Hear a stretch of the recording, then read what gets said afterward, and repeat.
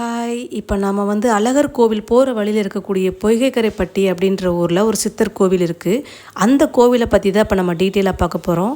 இந்த சித்தர் கோவில் பார்த்திங்கன்னா, இந்த இருக்காங்க இல்லையா உள்ள, இவங்க ரொம்ப தீவிர பக்தராக இருந்திருக்காங்க. இவங்களுடைய கனவுல எனக்கு ஒரு கோவில் கட்டு அப்படின்னு சொன்னதுனால, இவங்க ஒரு கோவில் கட்டி அதுக்கு கும்பாபிஷேகம்லாம் நடத்தி இப்போ ரெகுலராக மக்கள் போகிற அளவுக்கு ரொம்ப பிரபலமாயிருக்கு. அது மட்டும் இல்லாமல் ரொம்ப விசேஷமான நாட்கள்னு பார்க்கும்போது புனர்பூசம் நட்சத்திரம், அப்புறம் பௌர்ணமி, அமாவாசை இந்த 3 தினங்களுமே பூஜை நடத்தி அன்னதானம்லாம் போடுவாங்க. ரெகுலராகவே போகிறவங்களுக்கும் சாப்பாடு போடுவாங்க.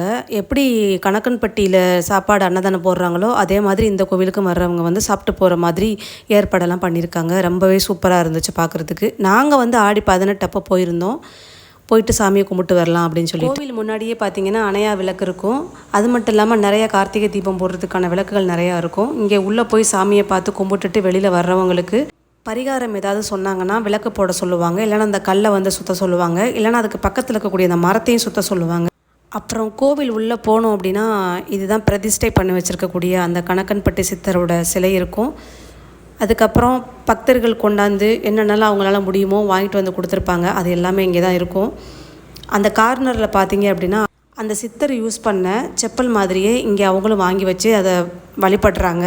அது மட்டும் இல்லாமல் முன்னாடி இருக்கக்கூடிய இந்த மாலை போட்டிருக்க இந்த சிலை பார்த்திங்கன்னா பழனி மலையில் இருக்கக்கூடிய நம்ம முருகர் தான். அதை முன்னாடி சித்தர் சிலைக்கு முன்னாடியே அதை வச்சுருக்காங்க. பார்க்கவே ரொம்ப அற்புதமாக இருந்தது. இங்கே என்ன ஸ்பெஷல் அப்படின்னா, நம்ம இந்த கோயிலில் நம்ம சாமி கும்பிடும்போது நம்ம என்ன நினச்சி வர்றோமோ அதை அவங்களே கேட்டுட்டு சொல்கிறாங்க, நீங்கள் இதுக்காக வந்திருக்க அப்படின்னு. அதே மாதிரி நம்மளோட ராசி நட்சத்திரமும் அவங்க தெரிஞ்சு வச்சது மாதிரியே நம்மக்கிட்ட கேட்குறாங்க.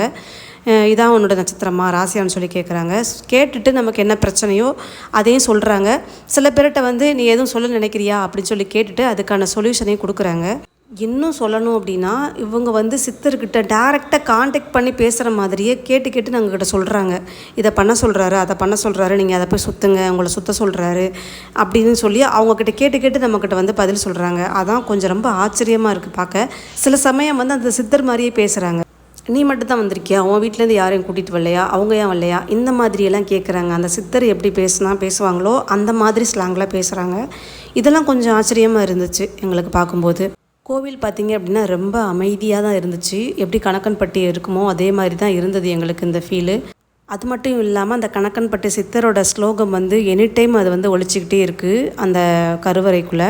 நம்ம போய் கொஞ்சம் டிஸ்டர்ப்டாவோ இல்லை மனக்குழப்பத்திலே உட்காந்துருந்தாலும் அப்படி அந்த ஸ்லோகத்தை கேட்டுட்டு கொஞ்சம் நேரம் அங்கே அமைதியாக உட்காந்தாலே எல்லாமே சால்வ் ஆன மாதிரி நமக்கு ஃபீல் ஆகுது. நீங்கள் போனீங்கன்னா இதை ட்ரை பண்ணி பாருங்கள். வர்றவங்க எல்லாருமே அவங்க குறைகளை சொல்கிறாங்க. அந்த குறைகளுக்கு அவங்களும் பதில் கொடுக்குறாங்க. அதுக்கு ஏதாவது பரிகாரம் இருக்குது அப்படின்னா அதையும் செய்ய சொல்கிறாங்க. கடைசியாக வர்றவங்க எல்லாரையுமே சாப்பிட்டு போங்க அப்படின்னு சொல்லி சாப்பாடு கொடுத்தும் அனுப்புகிறாங்க. நாங்கள் இந்த ஆடி 18 விசேஷமான நாள் இல்லையா, இந்த நாளில் போனதுனால கொஞ்சம் ரொம்பவே கூட்டமாகவும் இருந்துச்சு. அதே போல் சாப்பாடெல்லாம் பயங்கரமாக செஞ்சு வச்சுருந்தாங்க.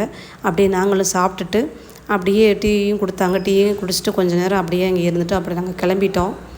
நீங்களும் இந்த இடத்துக்கு வாங்க. நிறைய பேருக்கு இங்கே இப்படி ஒரு கோவில் இருக்குன்றதே தெரிய மாட்டேங்குது. ஸோ நீங்கள் வந்தீங்கன்னா நீங்கள் கணக்கம்பட்டிக்கு போன அந்த ஃபீல் இங்கே கிடைக்கும்.